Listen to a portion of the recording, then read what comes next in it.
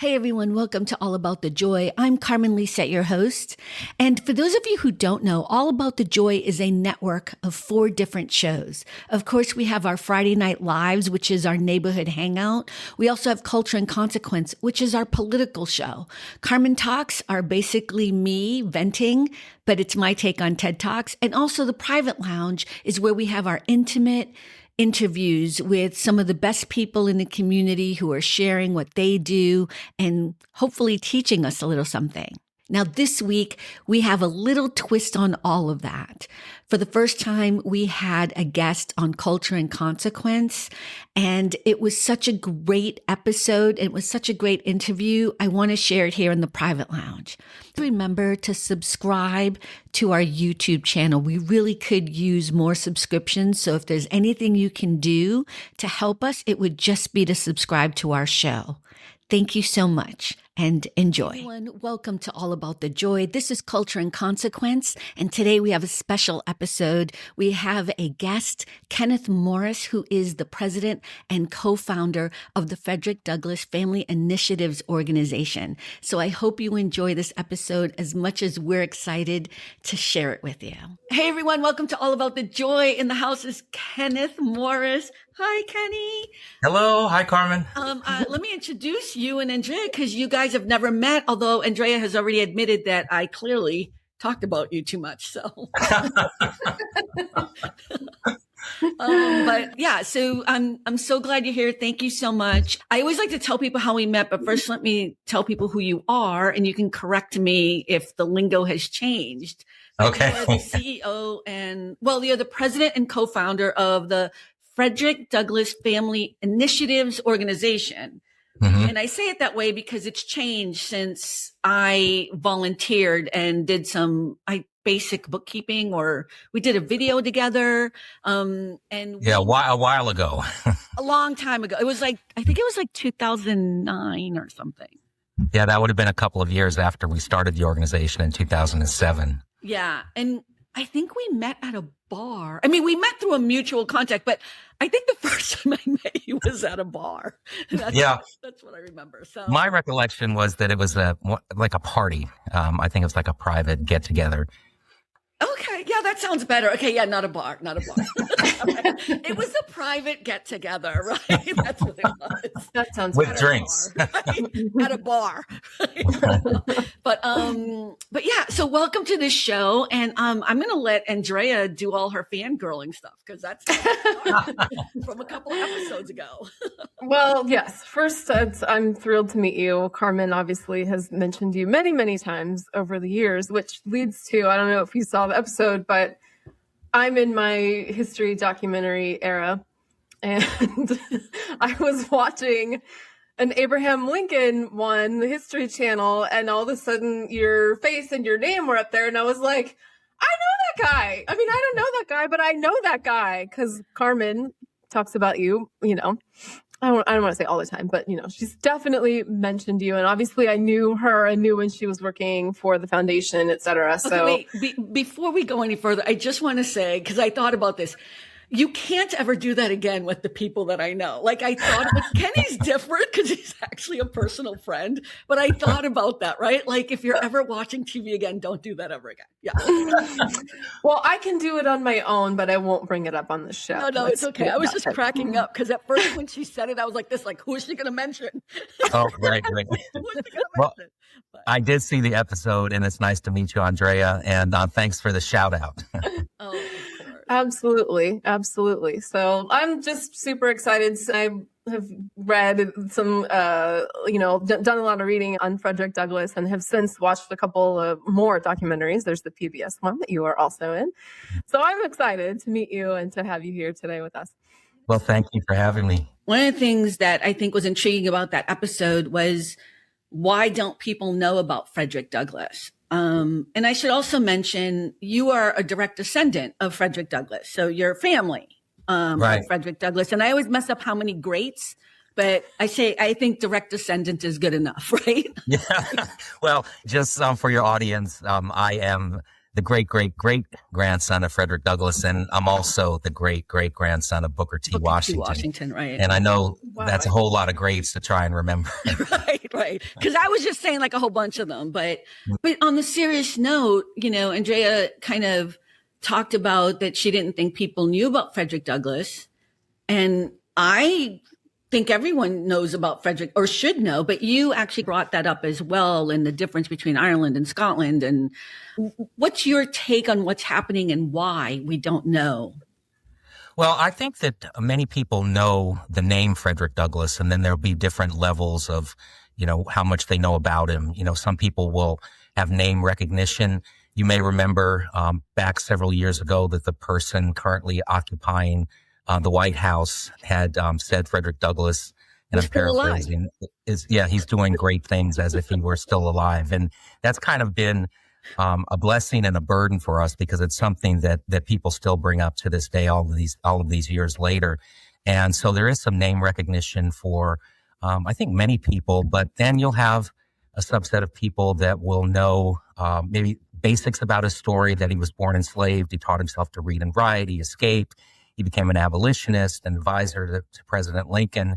And then you'll have people that will, they'll be fans, they'll be enthusiasts, and they'll know a lot about him. Right. And so it's something that I think when I look back at my public education that I had, and really the whitewashing of African-American history and Native American history, and placing by design us in an inferior position so that we don't see ourselves in this history.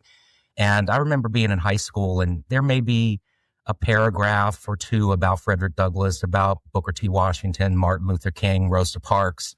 They'll give us a few people, but they give us the safe Frederick Douglass, right? The white-haired statesman, the grandfatherly figure, the prophet that's looking away from the camera, not the Frederick Douglass, the young Frederick Douglass, the abolitionist who by design said, I never want to look like a happy, amiable fugitive slave. And so he's looking directly in the camera with that steely, fiery gaze. Right. They didn't give us that Frederick Douglass. They also gave us a watered down Martin Luther King, not the radical King. So I think it has a lot to do with just the way the history has been taught. But you mentioned Scotland and Ireland and England, and we do a lot of work in those countries. And people over there seem to know more generally about Frederick Douglass and his story than they do here. About a lot of things. Yeah. Sorry. I just want to say one thing. I asked someone the other day, a young person, I asked them, and they said, yes, I know who Frederick Douglass, he was an abolitionist. And I was like, what's an abolitionist? Mm-hmm. They didn't know. And so for our listeners, abolish slavery, that is the simplest way to understand. But I thought it was fascinating that they didn't know what it meant, just in a simple definition. Do you know what age was that young person? 16. Yeah. Yeah, it says something about, our education. Yeah. It really, really does. So, all right. I have a list of questions, but I told Andrea she could have it. She could have you completely. I didn't even need to be here, but clearly I'm all up in it. So, but yeah. So do I get to take it away then? Yes, you can. I'm just going to interject because I want to make sure we go through his list of things that he wants to talk about. Okay. Well, yeah, just interject when you can. Yeah, but, no fangirling. So okay.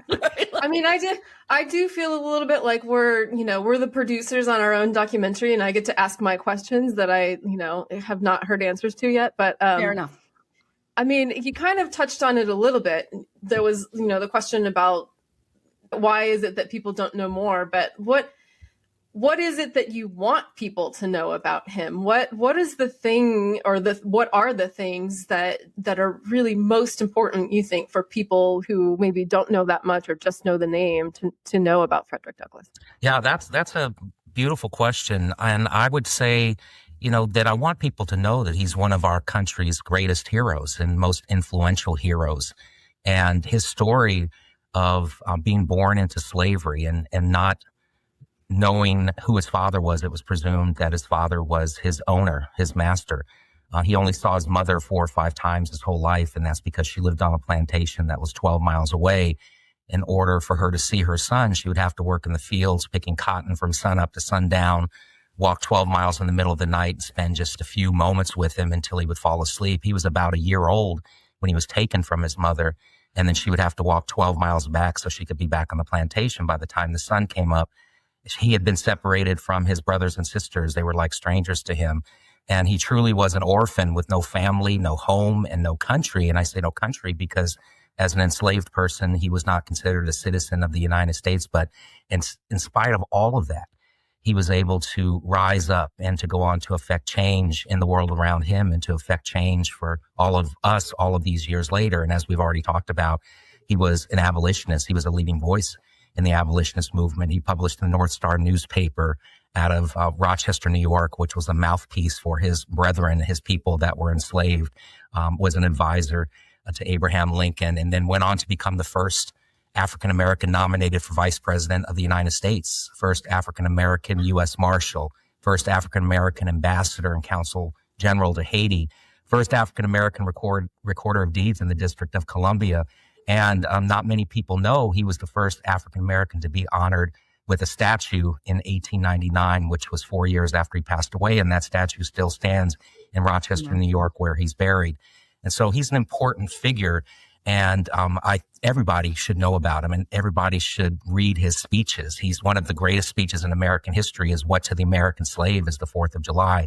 And I'll stop there, but there's a lot to learn about him. No, but that's probably the speech that most people do know, or they know the snippets of. But yeah, that's a pretty famous one of his. Go ahead, Andrea. I'm sorry.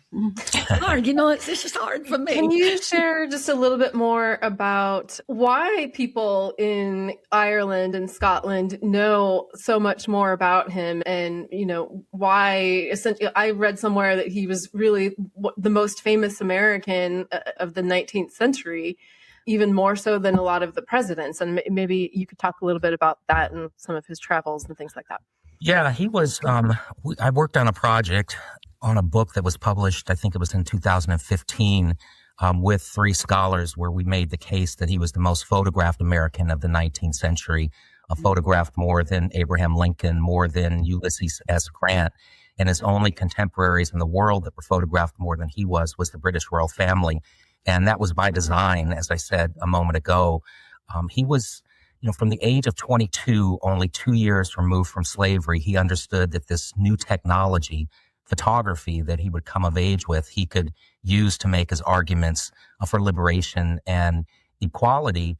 And he said, again, when you look me in the eyes, you're going to see my humanity. You're going to see that I'm a man worthy of freedom, worthy of citizenship. And he was also counteracting the notion in the public consciousness that people of African descent were not worthy of freedom and citizenship. And he's, there were lots of racist caricatures that were out there that showed Black people as less than human, sometimes with tails, with exaggerated facial features. And so he's going to place himself right in the middle of that and say, I'm not going to be a happy, amiable fugitive slave. There, you had people that were pro-slavery in the federal government that were making a group of people and other to try and justify taking away their freedom and treating them inhumanely and exploiting them for profit. And they would say things like they're better off in slavery. Listen to the happy songs that they're singing. So he wants to make sure that he places himself right in the middle of that, just to change that narrative. And then as far as your question about England, Ireland, and Scotland, when he escaped slavery, at the age of 20, he would eventually, around 22 or 23, and whenever we talk about him, we have to use an age range because he didn't know his birthday. He wound up choosing February 14th as his birthday because on one of the visits that his mother made, she brought him a heart-shaped cake and called him her little Valentine. And so he chose February 14th. So when he was around 22 or 23, he starts to become the spokesperson for the abolitionist movement. He's starting to become a celebrity, and he's going from town to town, city to city, talking about his firsthand experience of being enslaved.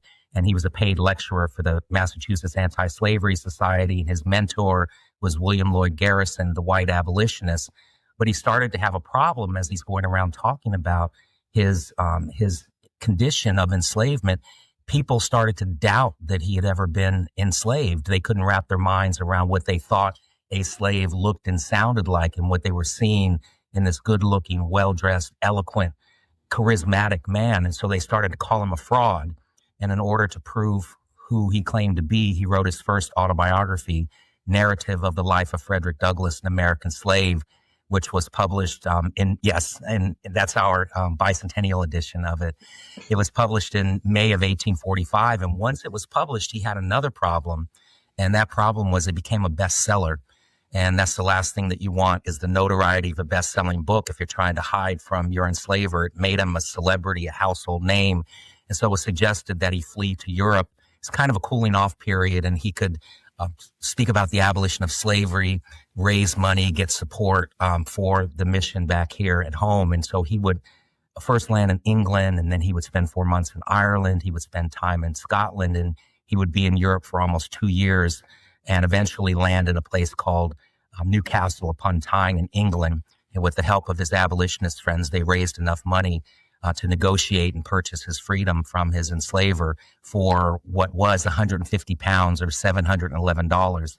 And he was able to come back to the United States finally as a free man. But in England and Ireland and Scotland, we do a lot of work over there. There was a statue that was dedicated to him in Northern Ireland in Belfast a couple of summers ago.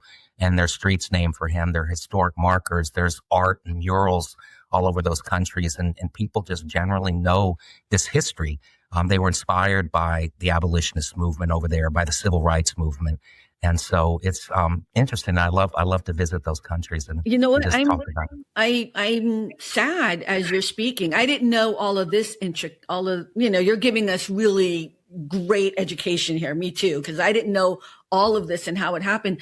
But I'm sad listening to this because it just shows how much, as the United States, we do not know our history, and we don't even revere the good parts. We don't even try. And so you're talking about, like, it's not just Scotland and Ireland and England, but it's they actually revere who he was, right? And they teach him. Everything about this country is making me so sad all the time. Yeah, well, we spend a lot of time, most of our time, in K through 12 schools, and you'll remember Frederick Douglass's great quote, "It's easier to build strong children than to repair broken men." Yeah. And I always add to that, in broken women. Yeah. And so our focus is building strong children. And we spend a lot of time teaching not only about Frederick Douglass, but Booker T. Washington, Anna Murray Douglass, Olivia Davidson Washington, and the Douglass and Washington families. Yeah, you wanted to talk about Anna Murray Douglass. I want to make sure. Oh, Andrea, I'm sorry. No, that was one of my questions. Tell us about Anna Murray Douglass. Yeah, I had no idea. I mean, now I know, but I don't know how I didn't know. I'm a little embarrassed. I mean, that was his wife, and she's been erased completely, and you're making sure that doesn't happen anymore because she was the reason behind why he was able to do so much. Absolutely. There would be no Frederick Douglass without Anna Murray Douglass. She was the first person in her family to be born free, and she was a businesswoman, an entrepreneur in Baltimore City. She was working as a domestic servant, and she was working on the Underground Railroad when she met a teenage Frederick Augustus Washington Bailey, and she saw potential in him. And she started to care about him. He started to care about her. And as they started to think about what a future together would look like, slavery was not going to be a part of it, especially for her. And so she... Sorry, that's just so funny. She was one of the first people to plant the seed of thought in his mind that, Frederick, you're not meant to be a slave for life. I don't care what your enslaver, your master says to you. And then as they are starting to think about possibly having a family together, she said, Frederick, I don't want our children's father to be a slave. And had she not sold her personal belongings, including a feather bed, to help finance his escape, had she not sewn and put together the sailor's disguise that he would wear, who knows if he would have had the courage or the wherewithal to run away. And had that not happened, we would be a very different country sitting here today without the contributions of Frederick Douglass as the abolitionist and all of the other things that I mentioned when we first started our conversation. She was a radical freedom fighter in her own right. She was a conductor on the Underground Railroad. And we know Harriet Tubman's story pretty much. And Anna helped to ferry hundreds of freedom seekers, to their freedom through their house in Rochester, New York, after the 1850 fugitive slave law was enacted, you had to go all the way to Canada to be free, especially if you were running away from the Upper South. The closest place where you could get your freedom was in Canada. And Anna was the person, along with their 5 children, that helped these freedom seekers, that clothed them and fed them and made sure that they could get rested to go on to the next stop on their journey. The whole family was a radical freedom fighting collective. The children were learning typesetting at the North Star newspaper. That Anna made sure that they learned typesetting. I don't know what typesetting is. What is that? Writing articles and editing articles for their father. Mm-hmm. They were writing articles under pseudonyms. And the abolition of slavery and fighting for women's rights and human rights was the family business. And not only has Anna been written out of this history, mostly by male Douglass scholars who did not see her as important in the story. And they would say things, and they still do, some of them, about, well, she was in the kitchen and she was in the garden, and how come Frederick never talked about her, meaning he mistreated her, didn't care about her because he didn't talk about her. And I always say, what makes you think that was his decision? You've got this strong Black woman who was a queen, who was running the household. People were coming to see her. She was working with Harriet Tubman. She was working with Sojourner Truth. And he was on the road constantly. So she's a very important figure in this story, and we've been working very hard to lift up her life and legacy and to teach about her. And we've had a lot of success in the past 5 or 6 years. There's a school in Rochester that sits on the land where their house once stood before it was burned down by an arsonist, and it was renamed the Anna Murray Douglass Academy in 2018. And of course, as I mentioned to you when we talked offline, that Duke University Press will be publishing the first Anna Murray Douglass biography called Revolutionary Liberator by Dr. Celeste Marie Bernier, who I consider the foremost Douglass family scholar in the world, and she's an advisor to Frederick Douglass Family Initiatives. And when is that going to be published? September of this year. September of this year. So we'll have to have you come back. We'll have to have you come back. Yeah. Oh, well, and here's some other news too. In addition to that volume, there will be another book that's published that I call the Book of Receipts, which are all of the thousands of documents and family letters and correspondence that she's transcribed, and the thousands of photographs that will be included. And I call it the Book of Receipts because there's so many people that have been invested in telling the story the same way and controlling the narrative that this is going to shatter, the way that people have been talking about her. And I said to Celeste, we need to make sure that we have all these documents that people can refer to see that this is not something that we're just making up. But that information was out there. Any scholar, historian could have found it if they wanted to look for it. Now, Celeste wanted to look for it. She's a very talented researcher as well as a writer and presenter as well. So that book will come out. And then following the remainder of 2026 throughout 2027, there are going to be another 8 volumes of books that will be published by her university press, which is the University of Edinburgh in Scotland. And each of those volumes will be on the 5 Douglass children. There's actually 2 volumes on Lewis Douglass, who fought in the Civil War for the Massachusetts 54th. There's a volume on the grandchildren. So we're going to be working to change that narrative, taking back control of the way the family is seen and treated in this history. Can I ask you a personal question? I mean, it probably seems obvious, but I want to know, why is this so important to you? I mean, you're passionate. Andrea, correct me if I'm wrong, but you're almost angry about it. And I've known you for a long time. Why is it so important to you? I've been around and in the skin for a long time. And as a little boy, I've interacted with people that, really admire my ancestors. And, when I was younger, people with gray hair, old people would come up and with tears in their eyes and want to hug me or pinch my cheeks and tell me how much they appreciate what my ancestors did to inspire them to believe that they could be and do anything possible. And so I've seen how my ancestors' stories have impacted people my whole life. And that's a positive. When I was younger, I never really understood the emotional connection that people had, and I didn't feel I was deserving of that kind of attention. It took me many, many years to be able to understand that and appreciate it. But on the other side, it's been violence upon violence of our family to have people write and talk about Anna and the children in the way that they have. And to know, because of the stories that have been passed down through the generations, that what they're talking about has no basis in fact, and it's just cruel. Mm-hmm. And so if you just imagine, and my mother too, she's been living longer than I have with all of this. And so we're very passionate about wanting to correct the record. And and it's taken a while to get to this point, but we finally have.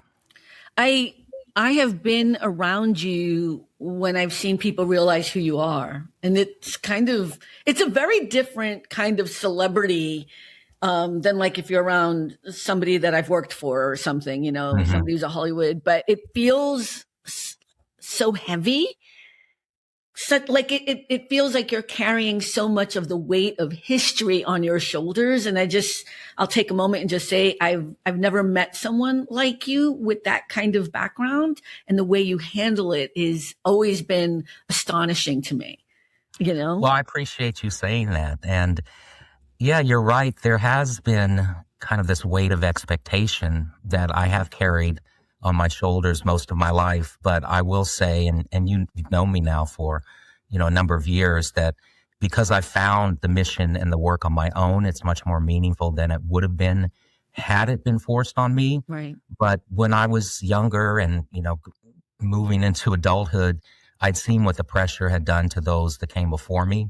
Mm-hmm. And my parents and grandparents and great grandmothers, wanted to go kind of in the opposite direction and not force this on me and my younger brother and sister. So they really kind of put up this hedge of protection around us to shield us from, very formidable legacies.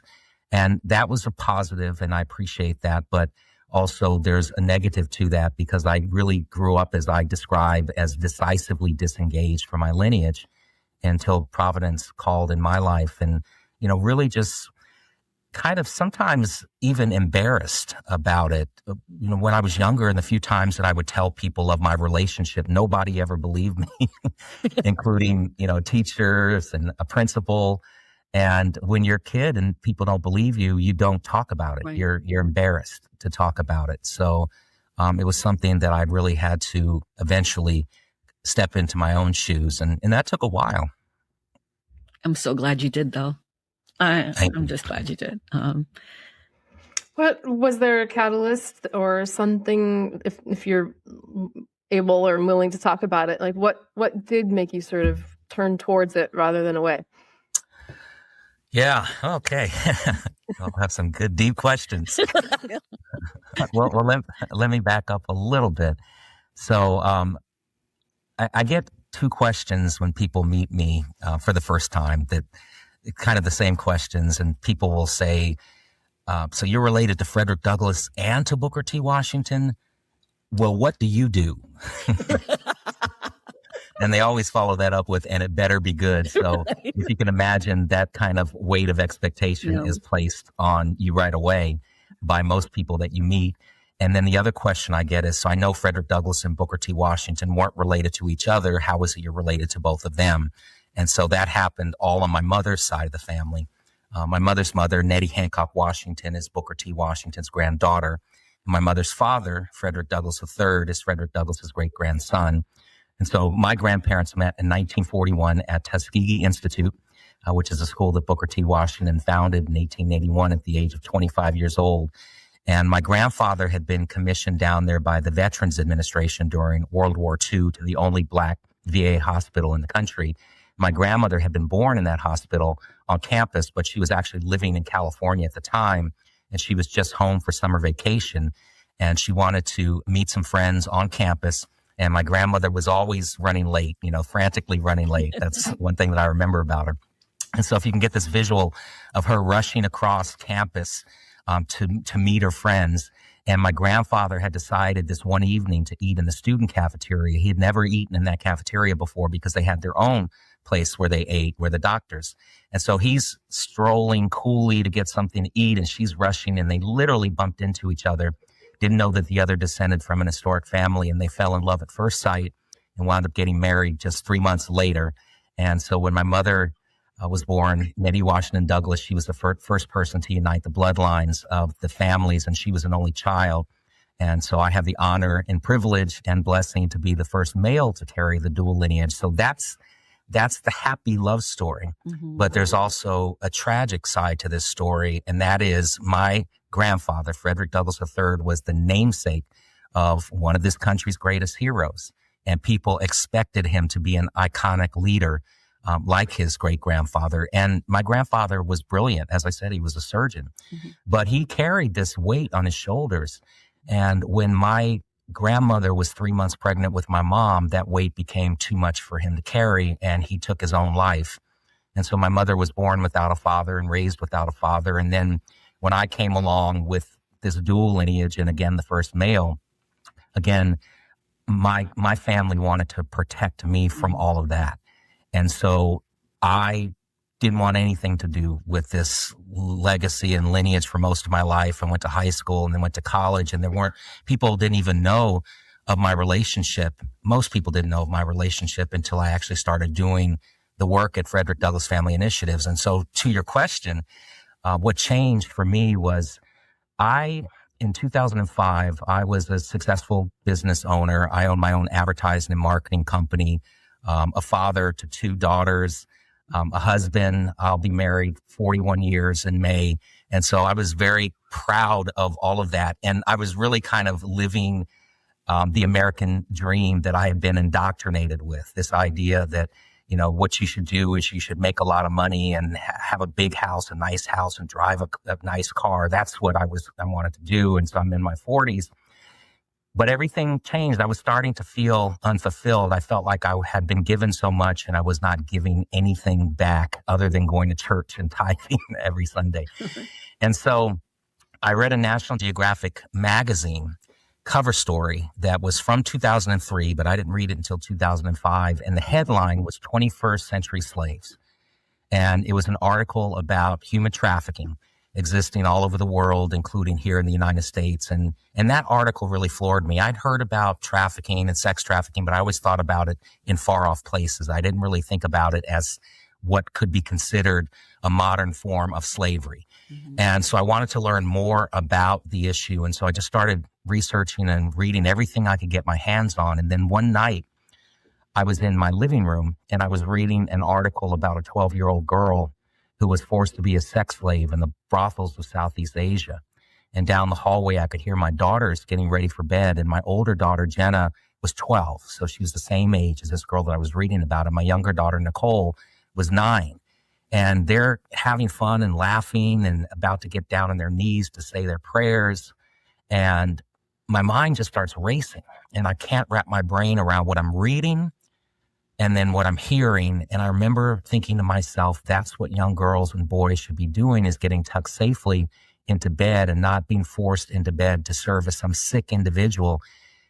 And when I walked in to say goodnight to my girls, I had this moment where I couldn't look them in the eyes. I literally could not look them in the eyes and then walk away and not do something about this. And it was almost immediately, everything just started kind of boiling inside of me. And I started to understand that I did have this platform that my ancestors had built through struggle and through sacrifice. And perhaps we could leverage the historical significance of my ancestry to do something about this. So on one side, we have the legacy of Frederick Douglass as the great abolitionist and an anti-slavery legacy. And on the other side, the legacy of Booker T. Washington as the great educator. And it was this kind of moment, aha moment of abolition through education.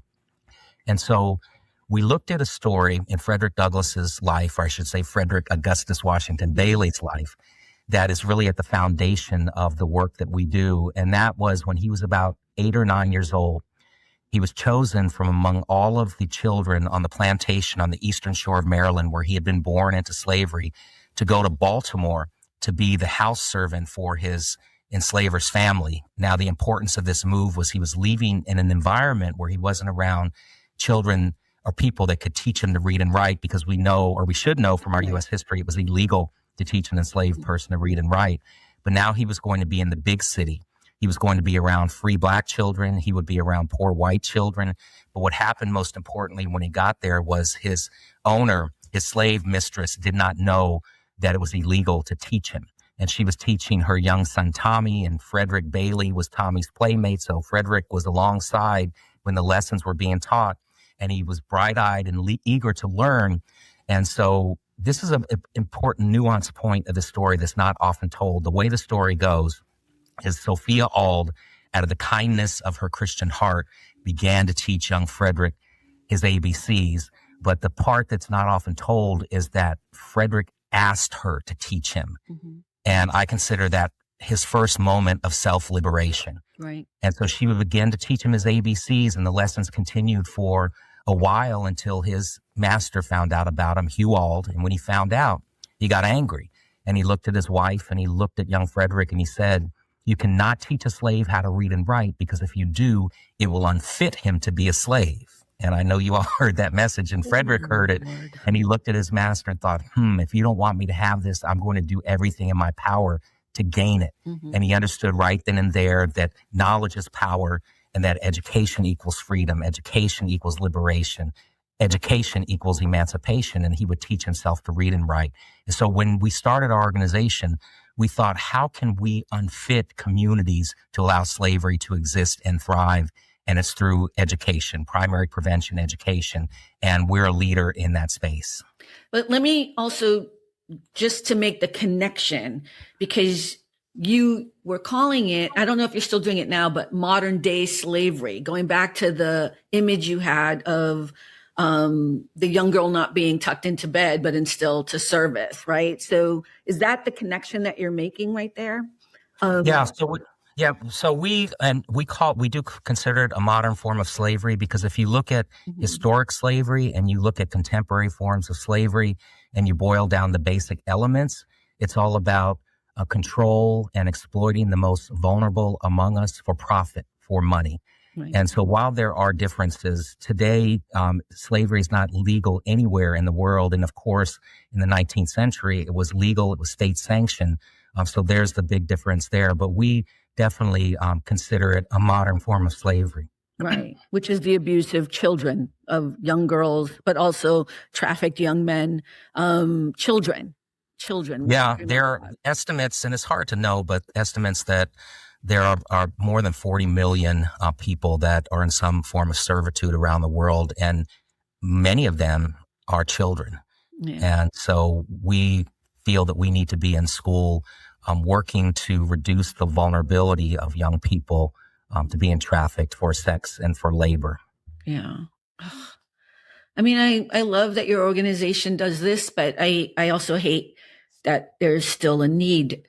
I mean, that's a whole other conversation, but. Yeah, that's a whole other conversation, and, strategies and how this is approached and how we approach it. But we're very proud of the work that we've done in training educators, training people in the community, and really anybody that comes into contact with young people on how to recognize the signs of trafficking, what red flags to look out for, and then certifying teachers to teach age-appropriate curricula in the classroom.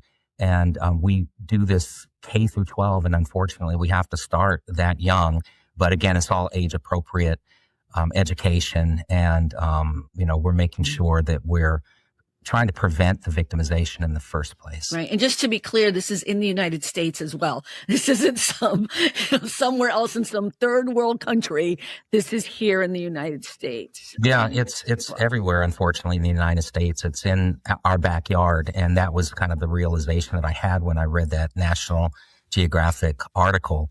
And that was what, really changed everything in my life and really changed the whole trajectory of my life.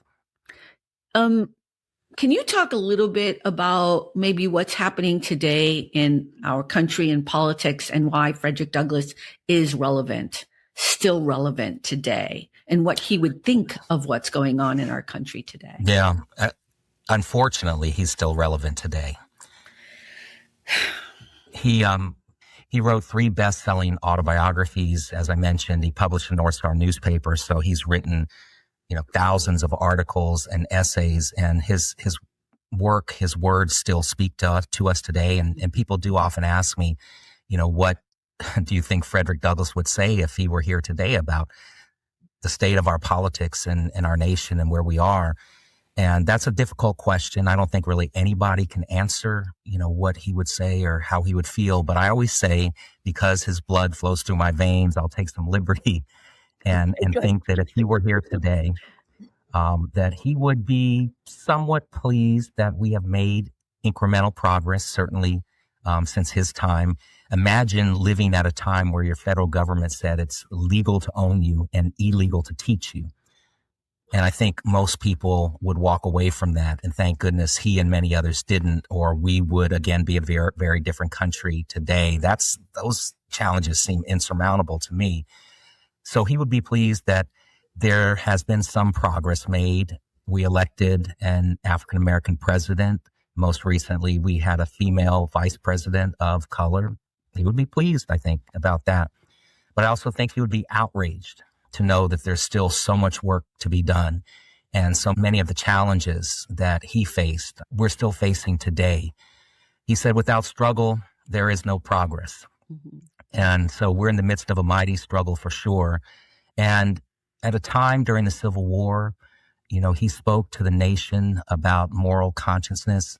And he was, I think, a leader. His spirit rose above, that great conflict. And I believe his spirit today still rises above everything, that we're facing and the challenges that we're facing. And as I say to students and even adults, what will our great grandchildren say about us 150 years from now in this moment that we find ourselves? Were we on the right side of history or on the wrong side of history?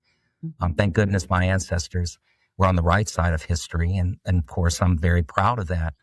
And so there's still a lot of work to be done. We are as divided as a country as we've been in a very long time. Mm-hmm. And it's our obligation to make sure that we're carrying that torch of equality and freedom forward and then passing it on to the next generation of leaders in the mold of the great freedom fighters that came before us. Mm-hmm. And so I think we can learn a lot from history.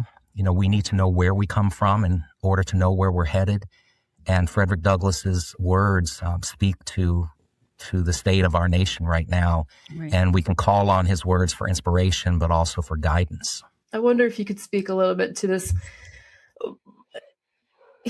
Frederick Douglass seemed to be certainly open to having conversation with people across the spectrum, right? Respectful, dignified conversation, whether it was in speeches or his writing or other things like that. And I guess I'm looking for some sort of grain of hope or guidance. And, in this moment, what can we take away from that to use in this moment that we are in, where as you said, we're sort of, as divided as we've been in recent years, and it can feel very hard. I'll speak for Carmen as well as myself to even think about having respectful, dignified conversation with some of the people who, disagree with the basic aspects of human rights at this point. Yeah, I would agree with you that he would have respectful conversations with people, but he also was unafraid to speak truth to power. Mm-hmm. And he agitated. There's a great story. He spent the last 17 years of his life in Washington, D.C., in a home that's now a National Historic Site. And if you've never visited, or the people watching or listening have never visited, it's a really inspirational place to visit. And Frederick loved baseball too. In fact, my great-great-grandfather, Charles, who was Frederick and Anna's youngest son, played for a Negro baseball team and also was a part owner of a team. And so Frederick loved baseball. He was also a musician. He taught himself to play the violin, and he was very accomplished at that. He taught his grandson, Joseph, who was my great-grandfather, how to play the violin, and Joseph would continue his music education at the Boston Conservatory of Music. In fact, that school a few years ago named one of their lobbies and one of their music buildings after Joseph because of his connection to the school. Joseph would go on to become a concert violinist and play all over the world. He played in the White House on a few occasions. And so Frederick was a great teacher as well. But back to the baseball. So Frederick would play baseball with the kids in the neighborhood. And there was a story about this one young man that came up to him once and said, what advice would you give to somebody like me who wants to fight for justice and fight for equality? And without hesitation, the great abolitionist looked at the kid and said, agitate, agitate, agitate. And that's what he did. He agitated. He made people feel uncomfortable. Again, he was not afraid to speak truth to power. And I think all of us, can take that as an example to not be afraid to speak truth to power. And a good friend of mine who, Dr. Daniel Walker, who I do Underground Railroad trips with every summer. In fact, this summer will be my 21st year leading these trips for educators. And Dr. Walker talks about, all of us have been in situations, let's say at the job, and we're in a meeting and something is said in the meeting that could be racist. It's not right. And we don't say anything when we're in the meeting, but then we get into the parking lot and have a 2-hour conversation about what we should have said in the meeting. Right. And so even in situations like that, it seems like a small situation. And it takes a lot of courage to do that because people are concerned about losing their jobs, are concerned about friendships, but we need to make sure that we step up and we do what's right. We know what's right. At least we should know what's right. Not all of us, I guess, don't know what's right. And so, these are lessons that we can take away and make sure that we don't find ourselves in situations where we're afraid to speak up. I think it's important to mention, this is part of the quote unquote whitewashing also of our history is, we always want to look at Martin Luther King Jr. as this, I have a dream speech, but he was an agitator as well. Or we do the same thing with sports figures like Muhammad Ali. All of a sudden we forget who he actually was, that he was an agitator, that he refused to do certain things, that he changed his name, right? Wasn't it Cassius Clay? And then I don't even know anything about the sports part, but I know everything about what mattered in that. And I think that's part of it as well is, kind of making that smooth over. We just want to remember the pearls, the really perfect things that kind of fit into the quote unquote Americana idea of the United States as opposed to the actual truth. And so I just love that. Your observation about that is right. We want to whitewash, sanitize, and deodorize this history. And then you take the parts that fit into our narrative. And that happens with Dr. King, his speech and what people cherry pick out of that. Yep. We talked about Frederick Douglass's 4th of July speech. And that speech is really kind of in 3 parts. The first part, he talks about the founding fathers as being wise men, but he also says oppression makes a wise man mad. But he's lifting up the founding ideals and he's lifting up the Declaration of Independence and the promise of that, not that the work has been done, but there's still work to be done. And then he transitions into the second part where he lays into his audience. And these were his friends. These were anti-slavery people that were in attendance in Corinthian Hall in Rochester, July 5th, 1852. And he said, "What to the American slave is your 4th of July? I answer, a day that reveals to him more than all other days in the year the gross injustice and cruelty to which he is the constant victim." And he goes on and he says, "This country is guilty of practices that would disgrace a nation of savages." And I would argue that we're still guilty of practices that would disgrace nations. Yes. But then he ends on a hopeful note. And he said, at the time, the country was only 76 years old and there's still a lot of work, but we have time to, not necessarily time, we can still aspire to those founding ideals. And so people will cherry pick little parts of that speech to fit their narratives to say, Frederick Douglass was anti-government. He loved the founding fathers. He loved his country. He loved and he hated his country. That's right. He went back and forth. So to your point, people will pick parts of their stories and their legacies to fit their narratives that they want to tell. And I wrote an article on my Substack called Hijacking Frederick Douglass, and it's about mostly Black Republicans, Trump supporters, MAGA Black Republicans that have hijacked Frederick Douglass's legacy to fit into their talking points and what they want to try and communicate. And they're ignoring 99.9% of everything else that he said and everything else that he stood for. That seems to be what they do anyways, but I want that link for that Substack and I'll put that in the show notes as well. Look, we could talk for so many more hours because you're such a wealth of information. So I'm going to say thank you for being here, but I want to beg you to consider coming back, especially when the next book comes out. I mean, you can come back whenever you want, but I'm just saying it would be great to also talk about Anna Murray Douglass's book.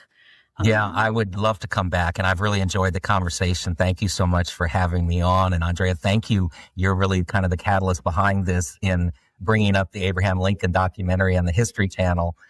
So that's what kind of inspired me. She's never this quiet and everything. So everyone, thank you so much for hanging out with us. I will put everything in the show notes. And remember, at the end of the day, it really is all about the joy. Thank you, everyone. Thank you. Thanks for stopping by All About the Joy. Be better and stay beautiful, folks. Have a sweet day.